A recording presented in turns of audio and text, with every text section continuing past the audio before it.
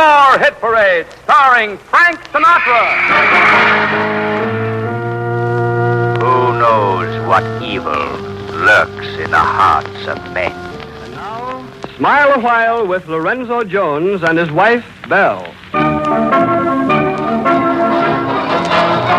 Here's the Manhattan merry-go-round that brings you the bright side of life, that whirls you in music to all the big night spots of New York town, to hear the top songs of the week sung so clearly you can understand every word and sing them yourself. This is the golden age of radio. I'm Dick Bertel, and tonight we'll take you on another audio excursion back to radio's formative years.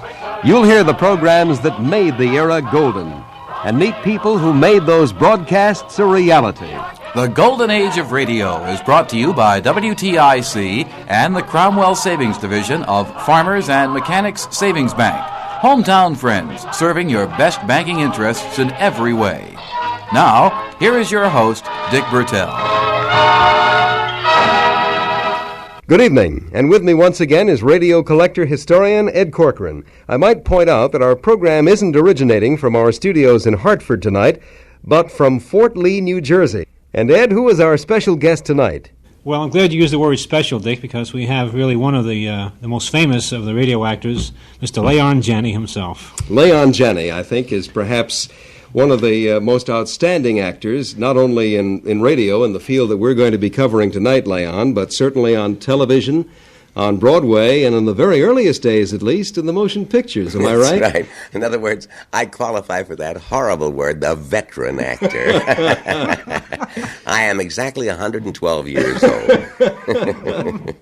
Born where? I was born in Ogden, Utah, on April Fool's Day, 1970.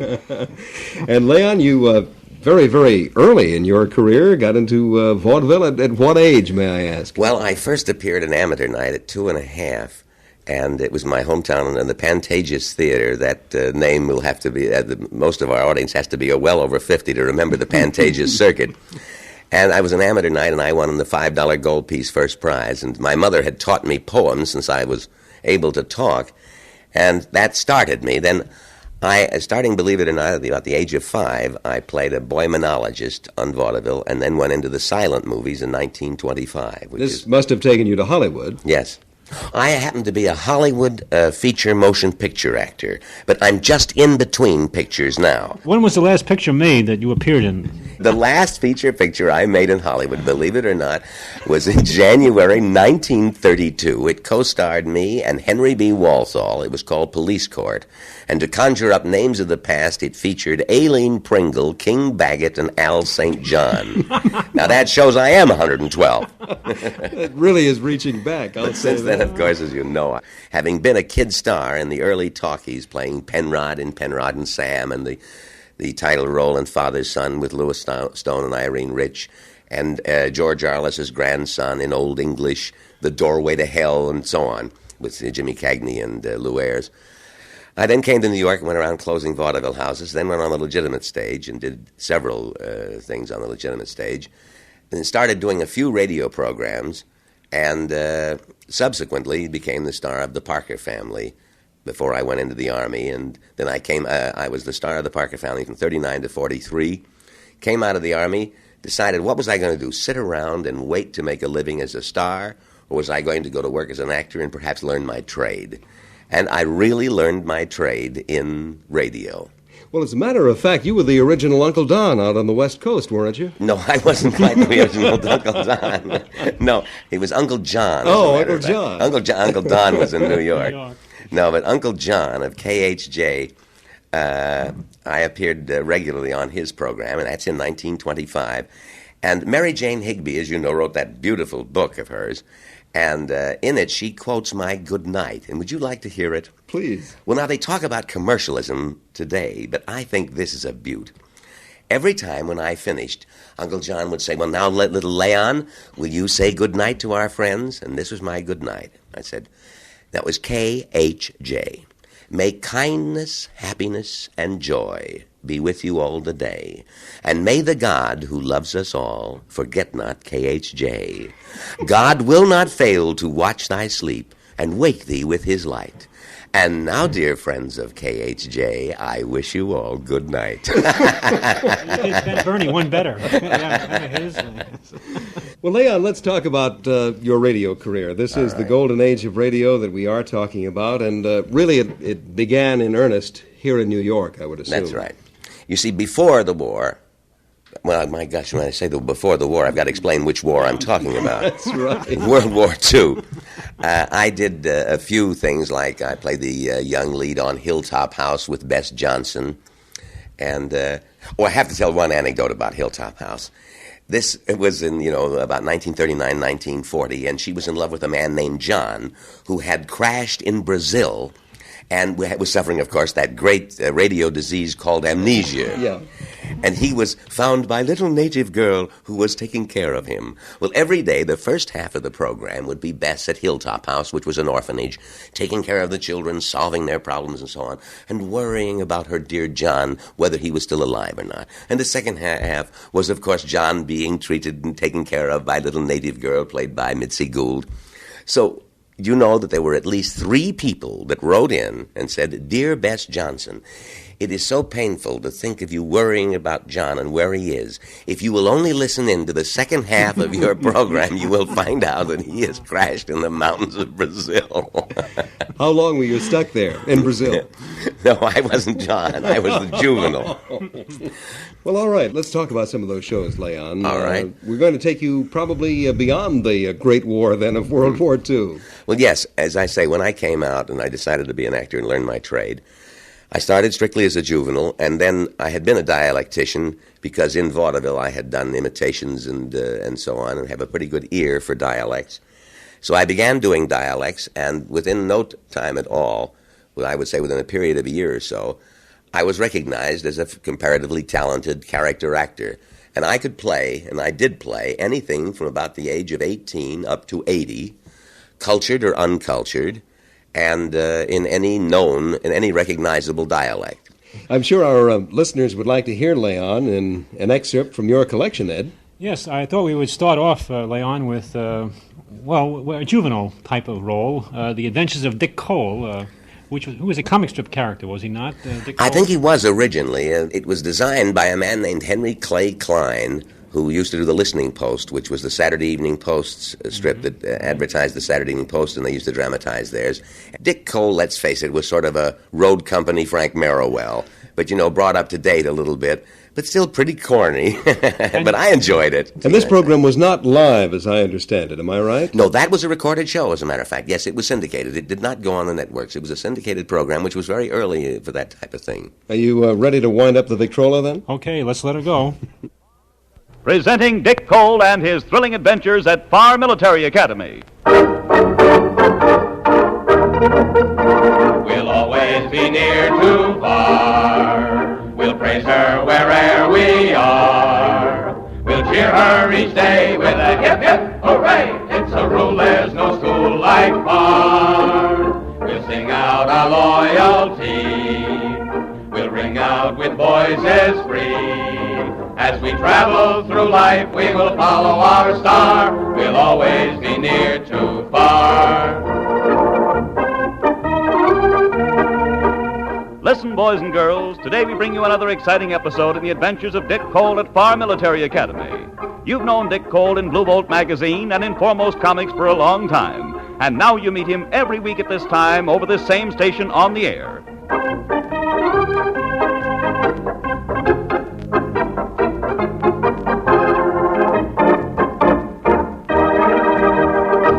Now, here's Dick Cole to tell you something about today's thrilling episode. Hiya, gang. Our story today is one of the most exciting I've ever told you about. It's a story about bank robbers and about walkie-talkie radios. You all probably know about walkie-talkies. They're the little portable radio two-way sets. They're both sending and receiving that the Army Signal Corps developed during the war. And they're very light and you can carry one easily in one hand. Well, Ted Green, the captain of the Cadet Corps at the Academy, and I have been having a lot of fun with walkie-talkies lately. We've been going out on Saturdays into the fields near Farr with a couple of walkie-talkie sets and with a new little radio sound locator that Major Farr invented. The way we've done it has been to wander off in opposite directions and then use the sound locator to get our bearings by testing it constantly over the walkie-talkies. Well, we were out a couple of weeks ago making our tests. Cole, this is Green. Message for you. Over. Green, this is Cole. Send your message. Over. The sound locator is working beautifully, Dick. I can see you now from the top of this hill. Ah, that's swell. I'll keep moving in. All right. I'll keep on talking. I've got you beamed on the radio sound locator, Ted. You're not looking at me, are you, Dick? Because you can certainly see me from where you are now. Nope, I'm not looking. What gets me is that it's so simple. It just picks up the frequency that the walkie-talkie uses and then tracks the person who's talking. Yep. It's just like following a string or a telephone wire. Well, that's enough of the walkie-talkie, Dick. Here you are. Wow. Say, again we hit it right on the nose. We sure did. Dick, do you realize that we were 3 or 4 miles apart when you started using the sound locator? Say, Ted, I wonder what had happened if you hadn't stood in one place while I was moving toward you. I mean, if you'd been moving around, too. Well, what's so funny? I didn't stand in one spot. You didn't? No. I'll be darned. Dick, the locator doesn't care where the person is or how fast he's moving or what kind of a zigzag course he takes. It'll find him anyway. Now, suppose we separate here, Ted. You take the sound locator this time, and after we've each hiked a mile or so, we'll switch on the walkie-talkie radios and start moving toward each other. All right, Dick. First, we ought to read the memorandum from Major Farr. Memorandum? Mm-hmm. Why, I hadn't heard anything about it. That's something or other that was being distributed from to the whole cadet corps just as we were about to leave. Well, listen to this. There have been a series of bank robberies in the towns in the academy area during the past few weeks. Undoubtedly, one organization of very clever crooks using scientific methods has been responsible for all the robberies. Let's see. Says that in spite of trap after trap the police have set, the crooks have managed a spectacular series of getaways. The major says that he's promised the authorities that they will have the complete cooperation of the school, and he's asking the boys to keep their ears and eyes open for anything that might lead to the capture of the criminals. Wants us to play detective, huh? Except that it's serious playing. I guess that's it. Well, we can keep our eyes open. We won't have much of a chance to hunt bank robbers while we're out here in the open with the walkie-talkies, I guess. Well, you're right about that. Well, let's test these sets before we separate, Dick, and then we ought to be on our way, I think, huh? Okay, I'll snap this one on. Right. I'll go off a few feet and try the other. Police cars are on Highway 39, so stay clear of that area. Use emergency Route 3. You're not coming through very well, Ted. I haven't said anything yet. I thought you were a little faint. Well, I didn't say anything either. Well, I heard a voice. So did I. Repeating instructions. Keep away from Highway 39. Police cars are cruising there. There it is again. Obviously, it's somebody with a walkie-talkie using our frequency. It was a peculiar voice. The stuff he was saying. Something about staying away from Highway 39. Well, that's the one that leads into town. Uh-huh. He said to avoid it because of police cars. Say. Exactly. The same idea just hit me. I'll bet it's the bank robbers. Well, certainly it is. The whole thing's clear. That's how they've been avoiding police traps. They set some of the members of the gang at strategic places as lookouts. And after they've held up a bank... They use walkie-talkies. Yes. They warn the fellows who pulled the holdup and tell them through the walkie-talkies which roads to avoid and which roads are safe. Everything is all right so far, boys. He doesn't know how far from all right he's going to be.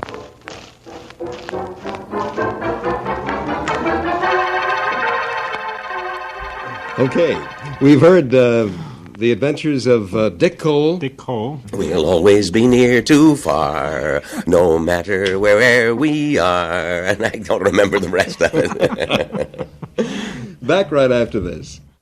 1975 has been a year of growth for two hometown banking friends and neighbors who have now joined together to better serve you. During this year, the Cromwell Savings Bank has joined with Farmers and Mechanics Savings Bank to offer even greater convenience to customers at any one of their 6 locations. An account at either bank is now an account at both. This means that these two hometown friends can now serve your best interest in every banking way. In addition to a number of savings plans designed to suit your individual needs, personal loans, home improvement loans, personal checking accounts will also be available starting January 1st. So stop in soon and apply for your personal checking account. The Cromwell Savings Bank division of Farmers and Mechanics Savings Bank has two convenient locations at the corner of Main and West Streets and the new Cromwell Plaza office near Kmart. Farmers and Mechanics has offices in Middletown at Main and College Streets and also on Washington Street. Other locations include Montville and Colchester, member FDIC and equal housing lenders. As 1976 approaches, they look forward to providing even better service to you and your family. Now, once again, back to Dick Bertel. Our guest tonight is Leon Janny. This is Dick Bertel along with Ed Corcoran, and we're recording from Leon's home here in Fort Lee, New Jersey. And, Leon, let's talk about some of these daytime shows. There certainly was a distinction and perhaps a bit of discrimination, as you pointed out, between daytime and nighttime shows. It was more prestigious to appear on nighttime radio. Oh, yes, it was. Now, for instance, one of the most prestigious that I used to do regularly, there were about, I would say, anywhere from 6 to 10 of us that played the villains on this one particular show. And it was, you considered the plum practically of all, and that was Mr. District Attorney. Now, that, of course, was a nighttime show with Jay Jostin. As a matter of fact, I must admit that after having been on the show for about 5 years, Jay sort of looked upon himself as the district attorney. And for at least 2 years after the show went off the air, he sort of walked around with the air of somebody that had been defeated for re-election. But I guess, actually, I mean, daytime or nighttime shows, practically every show that originated in New York over the period of, we'll say, from 1945 to 1954, I think practically every one I was on at one time or another. I remember at one point, there was 1 week that I did I did 50 shows. 50 shows. I was doing 5 soap operas, and averaged about 4 of those. That's 20, and 3 of them had live repeats. That made 32. I did the Ford Theater, which was an hour show, and took 2 days to rehearse in itself, so I had conflicts. I had stand-ins for rehearsal crossing themselves in the hall.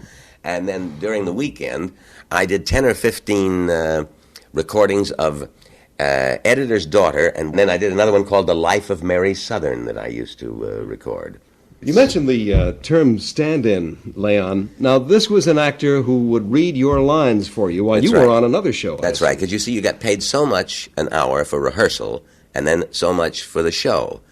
Well, in the early days, it used to be that I would get a conflict. We'll say the rehearsal for a show was 1 to 3, and the show went on at 3 o'clock.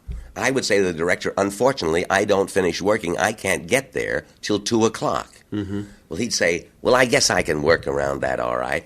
So, okay, you come at 2 o'clock.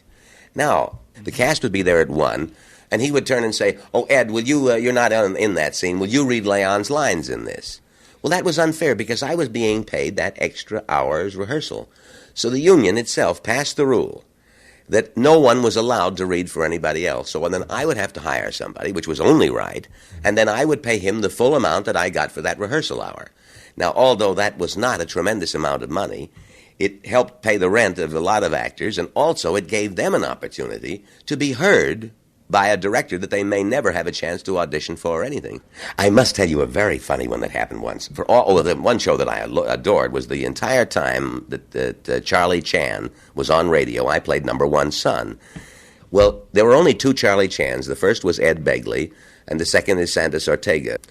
So one day, Ed, there's another actor, I don't know if you know him, Ralph Camargo. He's also an actor-announcer. Right.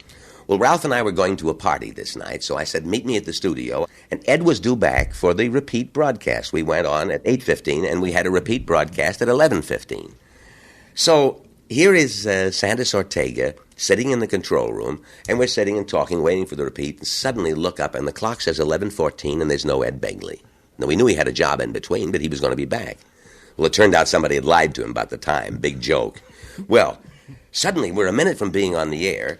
Ed's script is in the control room, and the director, Alfred Bester, hands it to Ralph Camargo and says, you're Charlie Chan. So he goes, yes. And like a fire horse, he goes out in the studio, and he hasn't even had a chance to read the script or anything. And the first thing, is something like, Charlie Chan bid you good evening and warm welcome. And he say, and then comes a little homily. And that opens the show.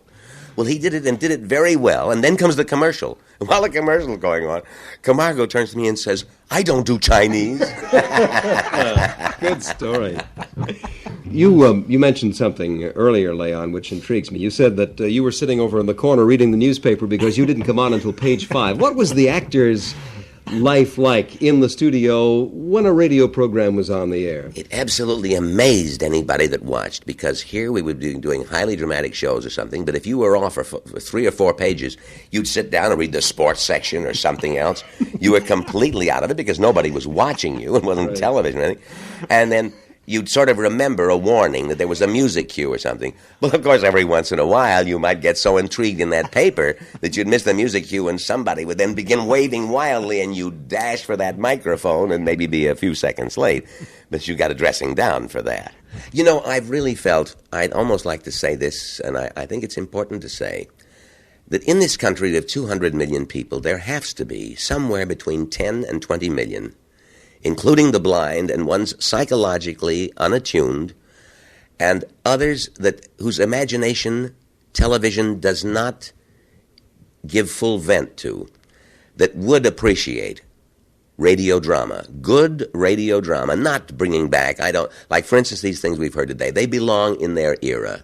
That's and right. They're sort of fun, they're like revivals of old movies, that you see, that you enjoy, as revivals and so on. But there is a place for modern drama on radio, and I wish that people would write in and say, we would like to hear good radio drama, and perhaps we could bring back maybe even one program to start with that might go on once a week. But I believe there would be a good response to it. Well, can radio do it, do you feel, as effectively as television? Yes, I do, and I think they can do straight dramas just as well. But one field that this may titillate your audience a bit is there's millions of them, including myself, science fiction addicts. Now, the sets and so on are just prohibitive. You can't put that on television. And then what happens, if they do manage to do something, it's not the way you feel it should be. Well, science fiction brings to mind a particular show that you have in your file, Ed.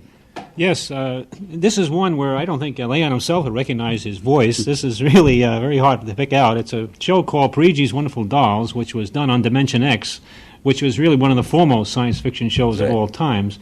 And why don't we let the audience judge for themselves which part is being played by Leon as we play this excerpt, because I can't ever tell. I dare them. On stage tonight, Dimension X, another in the Wheaties' big parade of exciting half-hour presentations. Now, tonight's adventure into the world of the unknown, the world of Dimension X. The doll shop stood on a quiet Washington side street, not too far from the sprawling Pentagon building. A woman and a child waited outside, the little girl peering eagerly through the window at the dolls inside, and the woman glancing impatiently at her wristwatch, as if expecting someone who was late for an appointment. And there was nothing about the doll shop to warn them that they were waiting to keep an appointment with doom. Oh, Mommy, look! Yes, what is it, dear? In the window of the shop, the tiny dolls. Oh, Mommy, do you think Daddy will buy me one? Well, we'll ask him when he comes, dear. He said 3 o'clock on this corner. I see him, Mommy. There he is. Oh, Henry, here we are. Hello, dear. Hi. Sorry I'm late. Well, we've been waiting for you. Cindy's been I'm afraid I'll have to call off the shopping, Elma. Oh, Henry, we promised. I know. I'm sorry. It's just one of those things. You've been the wife of an Army colonel long enough to know his life isn't his own. What is it this time? Oh, some more of that flying sphere nonsense. The pilot who says he sighted it last month crashed and was killed today, so the general wants a full report. Dear, what next? Daddy! We'll have a staff meeting at the Pentagon at 3:15. Daddy, look in this window. I haven't time, dear. Just for a minute, Daddy, please. Indeed. I haven't time to stop and watch a bunch of 6-inch dolls parading around the shop. There they are, lifelike, aren't they? Look at that, Alma. Dolls are marching around like a regular review. They've even got their own little band. Henry, your staff meeting. Oh, yeah. Yes, I've got to run. Now, look, don't go spending a lot of money on that nonsense, Alma. No, dear. Bye. Bye, dear. Bye, Cindy. Bye, Daddy. Oh, Mommy, look. The band's going to play. Aren't they wonderful, honey? You know, it's funny. I must have stood on this corner 1,000 times, and I've never even noticed this shop before. Good evening, children. Oh, well, good evening. He talks awful funny. Hush, Cindy. Would you like to step inside the shop of Santor Perigi? Well, yes, we would. This way. Oh, Mommy, it's like fairyland. Here in the shop of Santor Perigi, creator of Perigi's Universal Wonderful Dolls, the world of adult reality is blended with the world of child's fantasy. This is a new shop, isn't it, Mr. Parigi? What is new and what is old? Come, this way. Would you like to meet one of my little ones? Oh, yes. This one in the red jacket is Toto. Speak, little one. Oh, isn't that wonderful? Mommy, he talks. The doll talks. Amazing. It's absolutely amazing. That is nothing for Perigi's wonderful dolls. Listen, sing, Toto. Sing for the little girl. My name is Toto. Cindy, listen. Sing, Toto. Men are big and tall. Dolls are very small. When men begin to fall, the dolls will rule them all. How do they work, Mr. Parigi? How do they work? That is the secret of the great Perigi, greatest of all doll masters. To make an ordinary doll is nothing. To make a perfect replica, that is something. But to make a doll with intelligence, that is the work of an artist, huh? Well, yes. Well, they must be very expensive. Madame, when I construct a doll like Toto, I cannot bear to be parted from him permanently. So instead of selling, I rent my little people. You rent dolls? Precisely. $10. I have but one request. When you grow tired of my dolls, you must return them to me in good condition. Oh, Mommy, could we take him home? Take him home, take him home, take him home. Oh, look, Mommy, look. He's bowing and dancing. Oh, Mommy, he wants to come. Please, I'll take such good care of it, please. Well, honey, we'll have to deal with your father later, but... Well, oh, Mommy. All right, wrap him up, Mr. Parigi. Oh, dear, I have a feeling when your father comes home, we'll be sorry. Sorry, be sorry, be sorry, be sorry.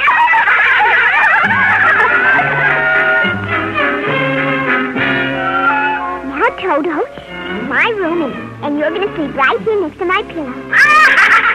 Oh, Toto, don't laugh like that. I'm going to have to teach you some manners. You be quiet, because my daddy will be home soon, and he's a colonel in the army, and he'll bust you to private if you don't behave. You wait here. I'm going to introduce you to my puppy dog, Mr. Blister. So be good now.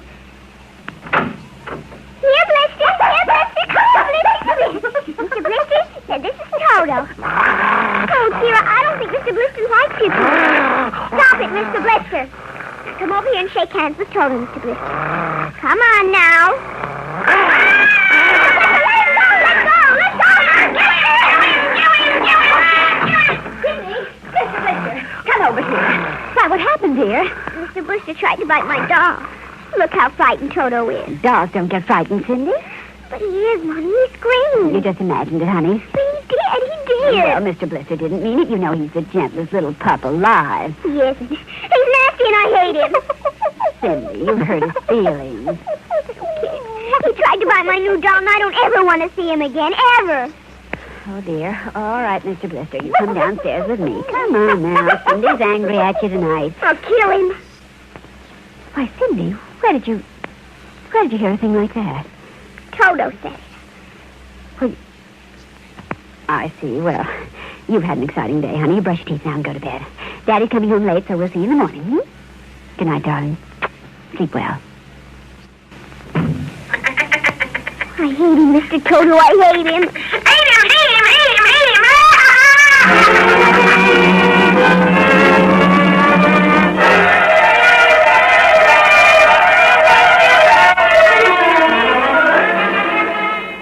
One and one usually makes two, but sometimes two things join together and become one.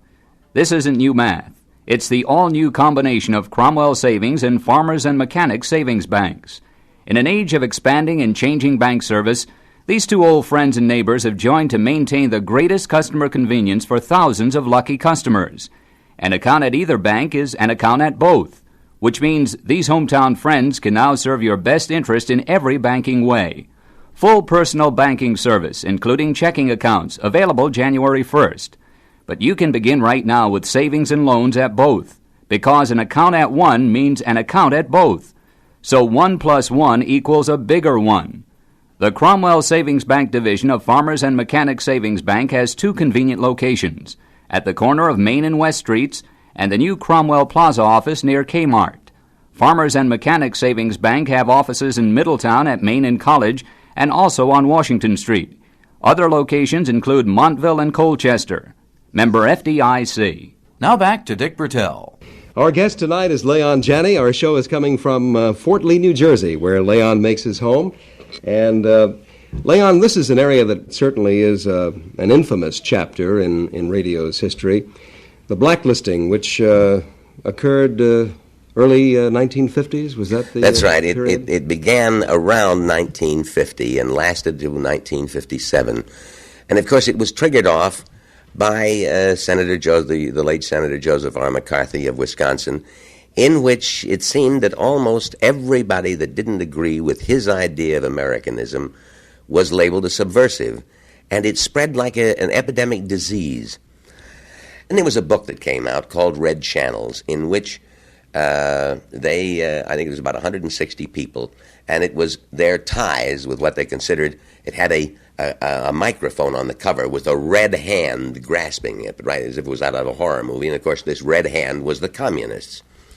And to give you an example of three of the things that I was cited for, and I made two appearances. I was a friendly witness both before the subcommittee on internal security before the Senate and before the House Un-American Activities Committee. And I might add a rather humorous thing, is I appeared before the Senate Committee on Columbus Day, 1951, and the other committee on Lincoln's birthday, the House Un-American Activities Committee, on Lincoln's birthday, 1952. When I got subpoenaed for the second one, I had already testified for almost 2 hours before the Senate Committee. And I said to the fellow that gave me the subpoena, I said, but this is ridiculous. I have already testified before the Senate Committee. If there's any perjury in my statements, you've got me. Otherwise, you've got it all documented. And he drew himself up and said, Mr. Janny, you don't seem to understand. The Senate Subcommittee on Internal Security is a temporary committee of Congress. The House Un-American Activities Committee is a permanent committee, and we do not exchange information. Now, that really is a humorous thing. But no, as I say, I was a friendly witness, and I answered all questions. And one of the things was, for instance, in 1945, I had backed for re-election the communist candidate, Benjamin Davis, for re-election to the City Council of New York. Now, that, on the face of it, that's a pretty strong thing. But the thing that people forgot was that William O'Dwyer, who was running for mayor, also backed him. But all of a sudden, I'm a villain, all by my, just it's me. But William O'Dwyer backed him at that time. Then there was a peace conference that was held at the Waldorf Astoria, I think, in about 1949. And I was one. They said, it's a peace conference. Would you care to be one of the sponsors? Well, I think just looking at me, that I'm thoroughly in favor of peace. So I said yes, and I mean, if the doorman of this complex that I live in wanted to get together and have a peace conference, I'd be in favor of it if I thought anything would come out of it. Well, unfortunately, as I told the committee, the peace conference wound up spouting the Soviet communist line, and I disavowed it. But it didn't come out in the paper that I disavowed what was the results of the peace conference. All it came out was that I was one of the sponsors of it. But it was people from all over the world, Americans, Europeans, Asiatics, and so on. And the third one was the Spanish refugee appeal. These were the three things that I was, listed in this book for, and which I did not work on commercial radio or television for 5 years. The third one was the Spanish refugee appeal. And this has been headed ever since then to this day by Pablo Casals to help take care of the people who are over the border in France who are victims of the Spanish Civil War. Now, it was called a Communist Front. Now, because I would not turn to the right wing, I was not welcome, even though I had been a friendly witness, because I still believed in the things that I believed in, which was not including being a communist. And the second thing was that because I had been a friendly witness, there were certain people on the left that would have nothing to do with me. So I sort of sat in limbo. And I was blacklisted completely by the right, and a lot of the left didn't want to have anything to do with me because I was sort of a collaborator. So I had 5 pretty rugged years there, and if radio had died, we'll say, maybe 2 or 3 years before it did, I might have been out of the theatrical business, to tell you the truth, because I made my living at that time by doing most of the sustaining, and so that people will understand the difference, sustaining or non-commercial. They're put on by the networks or the stations, sustaining programs on the American Broadcasting Company, the National Broadcasting Company, and the Mutual Broadcasting Company. Well, I want to get at the heart of this thing, though, Leon. Why were you blacklisted from your profession because of what was happening? Because at that point, in this country, it was such that they didn't even want someone to make a living who was considered to be, quote, unquote, subversive or even possibly subversive. Someone would say on a commercial program, can we use Joe Dokes? And I must start right now and say there is no actor named Joe Dokes, so that you know I'm not using a real name. Can we use Joe Dokes? And somebody says, well, I don't know. So they'd ask around, and somebody'd say, well, I don't know, he's been mixed up in a few things that don't sound so good. Well, just a little thing like that, people would back off in fear. To give you an example, there was a man, perhaps I shouldn't even mention his name, but he was the senior director at NBC. And one day a vice president, and I know this is true, walked up to him with a list of about 200 actors and said, I don't want you to hire any of these anymore. So this director looked at them, and he saw on them about 15 or 20 that he used regularly. And so we'll just use my name as an example. He said, oh, you've got Leon Janny down here. He says, well, I use him regularly. And you don't want me to use him anymore? And the fellow said, no, none of those. He said, okay. He says, I tell you what I'll do. Now, for instance, Leon, if next week I may have a part for Leon, I'll call his message service and leave word for him to call me. He'll call me, and I'll say to him, Leon, I have a wonderful part for you, but I can't hire you. And, of course, he'll say to me, why? And I'll say, well, I don't know, and then I'll refer him to you, Mr. Vice President. Well, of course, the Vice President looked at him rather amazed and said, oh, that's the way you feel about it, huh? He said, yes, that's the way I feel about it. He says, okay, forget about it. And that was the end of the blacklist within the company at NBC. That's how ephemeral the entire thing was. You had to think right and talk right. You couldn't dissent.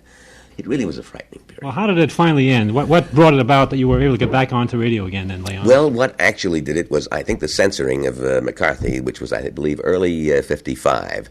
When the Senate censored McCarthy, then slowly people began looking around and realizing that the emperor's new clothes, he was actually naked, that McCarthy had really never divulged. In other words, he'd named 285 communists in the State Department. He'd never come forward with one or anything. He had just ridden an anti-communist hysteria in this country, and that people realized their civil liberties and their right to dissent was eroding completely, and it just went up in smoke all by itself.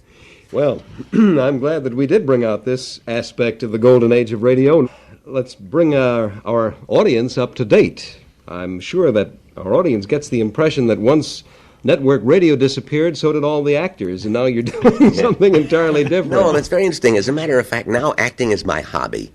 I've done several soap operas in the last 10, 15 years, doing different runs. As a matter of fact, I was the first father on Another World, and I must admit, when I got that, Don McLaughlin, who plays the father on As the World Turns, said to me, he said, Leon, I give you 6 months with that contract. I said, what do you mean? At the salary they're giving me to start with and everything? He said, well, you don't understand that this particular writer that you're working for, well, you'll find that the men go off someplace and make a lot of money to so that there's a beautiful house that they live in. But outside of that, they're blithering idiots, and the women solve everything. I said, at this money, I can do it. It was almost 6 months to the day that I went screaming in with the screaming meanies and said, you haven't given me a scene with a man. I sit around being understanding with my wife and my 2 daughters. My wife solves everything, and I sit there like an idiot. I want out, and he was right. So from then on, I've only played villains, and I've had a ball at it, and comedians, villains and comedians. But as I say, acting as a hobby is I truthfully make my living with my voice on television and radio commercials. Well, that's a very lucrative field, as you pointed out, a very important field. Well, I want to wrap up our show tonight, Leon, with an excerpt from a program called Dimension X. Dimension X, okay. A very unusual setting. What was the name of the show? The name of the show was called Eternity Lost, Dick. All right, Eternity Lost. Would you set the scene for us? Yes, well, it was this man, this scientist, who had invented this massive machine that could take something would say the size of a tank, or a tremendous aeroplane and reduce it in size to where it could fit into a matchbox or into your, into your cufflink practically. And this was great. You could, in other words, you could transport a whole, you could take people and do the whole thing. You could transport a whole division in a shoebox, 17,000 men and all their equipment. But he'd never taken anything below atomic size. And his son and daughter-in-law, Adam and Eva, were suspect. I think it was sort of a Nazi background in it. Were suspect of being subversive. And he put them in the machine. And then if you've got that part of the thing, the end of the even if it doesn't include me in it, the very end when the capsule in which they have gone in, and he has through necessity brought down to subatomic size, when it comes back, it will mean to the audience much more, and it meant to me at the time, much more knowledge of what the phrase that time is relative means. And I can't go any farther. I just want you to hear what happens on the show. Switch off. Anton! Yes, sir. Take those men. Yes, Commander. Stop! Don't come near the beam. No, this machine is in operation and can kill anyone coming within range. Shut off that machine. The machine cannot be shut off until it reaches nadir. A sudden reversal would cause an explosion. Who are your son's friends? Please, Commander, let me finish my experiment. I know nothing about my son's activities or his friends. I swear it. I know nothing about politics. So? I must stay here until this experiment is finished. It is too dangerous to be left unattended. Very well. Well, take the American to headquarters. The rest of you, search the house. Look here, I'm an American citizen. I demand... Erickson! Yes, my dear Winsford. Have you found him, Commander? Erickson. You have betrayed me. I am a member of the League of Loyal Scientists. Your Oh. son is the traitor, not I. Have you found him, Commander? No. We have searched the house. Nothing. They swear the son and his wife escaped before we arrived. That is ridiculous. They were here when I left. People do not vanish into thin air. Then where are they? Right under your nose, Commander. What? They're in the cylinder, of course, under the beam there. That is the only place they could be. Allow me to handle the controls. You shall have your prisoners in 5 minutes. All right, Erickson. You take charge of the machine. You spy, you traitor. Don't let him touch that dial. No. Grab him. You won't. No. There. He has set it for subatomic dimension. What does that mean? Whatever is in that cylinder has become as small as the atom. Then shut it off. It has almost reached nadir. We must wait 10 seconds, then reverse polarities. The machine has reached nadir. Angstrom 10 to the minus 11. We must now wait 10 seconds. 1, 2, 3, 4, 5...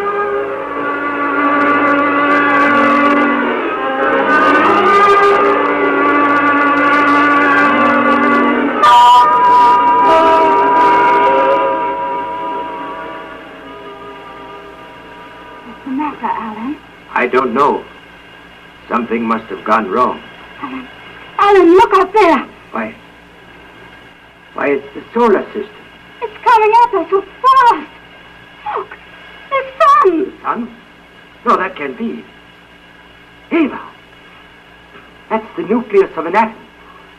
We've reached the subatomic dimension. That sun is the nucleus. And those planets are the electrons revolving about it. That planet coming up at us. There on the other side of the sun. I mean the nucleus. It's... An electron. It's growing in size. We're heading straight for it. They're coming down on it. They are going to land.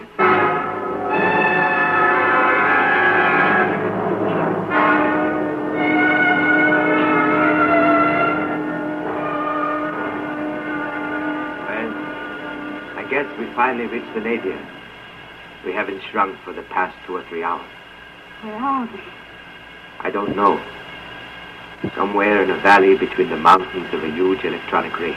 It's almost funny, resting on the surface of an electron. Look. The soil under the floor of the cylinder. Looks like vegetation. Yes. Moss. Like him. Opening porthole.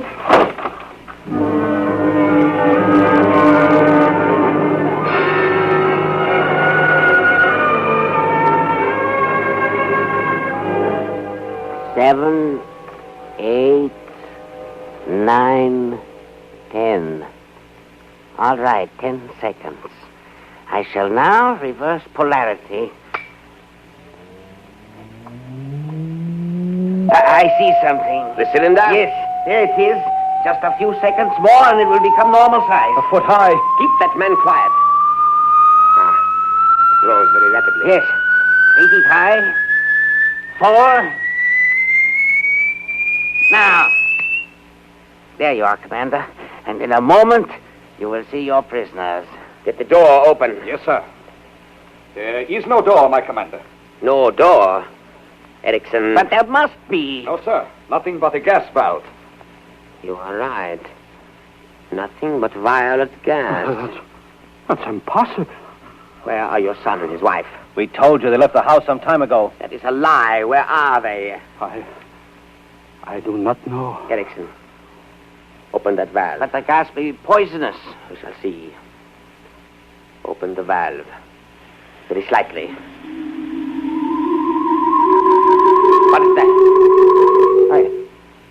I don't know. I seem to hear music inside my head.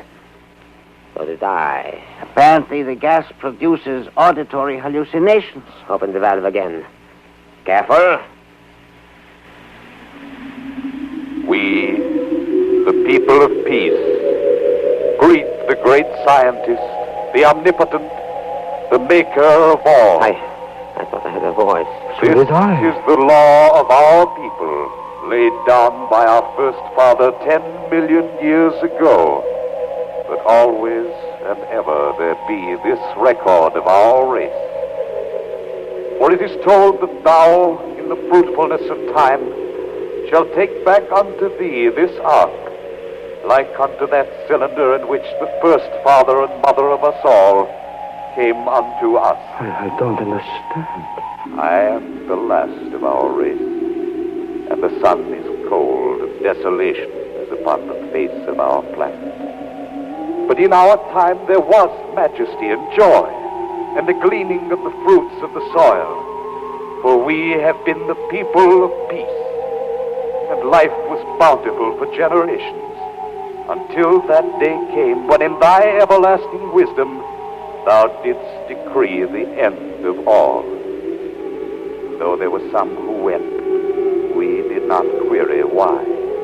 For we have been a happy race. We have followed the law of the first father Alan, and of the great mother Eva. No. And we have builded this ark so that there may be a report of our deeds, and of the fulfillment of the trust. Hail, O great one, from the descendants of Alan and Eva, hail and farewell. Good Lord, what was that? And the neighbor, Dr. Wenzler, where are they? They are beyond your reach. What do you mean? Don't you understand? All time is relative. 1 year of our time is one revolution of the planet Earth about the sun. Somewhere down in the microcosmos, my son and his wife found themselves in an atomic universe. Of course. And landed upon an electronic planet. That planet whirls around its sun, the nucleus of an atom, 1,000,000 times in the space of a second. Our second. Dr. Wenzler, what are you trying to say? That voice we heard is the voice of a human being, the last member of a race whose blood is mine. For in the space of 10 seconds of our time, Alan and Eva settled upon their microcosmic planet and bore sons and daughters, and a great and peaceful race that lived and died beyond infinity. And my children, Alan and Eva, who founded that race are dead and gone. 10 million years ago. 10 seconds ago.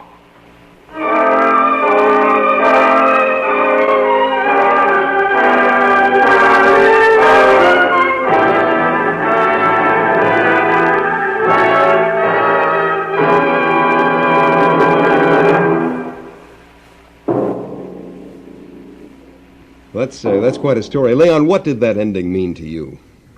Well, it meant to me that obviously there could be forms of life on our planet revolves once every 24 hours.